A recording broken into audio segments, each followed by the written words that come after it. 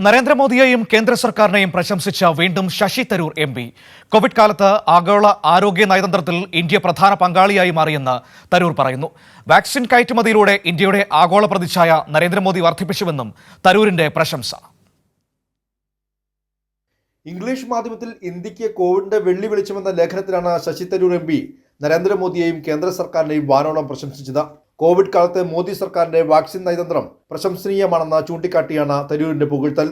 സമ്പന്ന രാജ്യങ്ങൾ പോലും കോവിഡ് മഹാമാരി കാലത്ത് പകച്ചു നിന്നപ്പോൾ 100ഓളം രാജ്യങ്ങളിലേക്ക് കോവാക്സിനും കോവിഷീൽഡും കയറ്റുമതി ചെയ്യാനായി. ഇത് ഇന്ത്യയുടെ ആഗോള പ്രതിച്ഛായ വർദ്ധിപ്പിച്ചുവെന്നും ആഗോള വെല്ലുവിളികൾ നേരിടാനുള്ള കഴിവ് പ്രകടമാക്കിയെന്നും തരൂർ പ്രശംസിക്കുന്നു.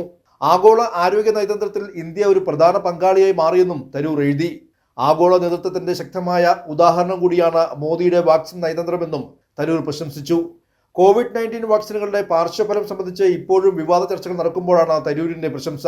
മാത്രമല്ല, കേരളം ഉൾപ്പെടെ സംസ്ഥാനങ്ങൾ വൻ തുക നൽകിയാണ് വാക്സിനുകൾ കേന്ദ്ര സർക്കാരിൽ നിന്നും വാങ്ങിയത്.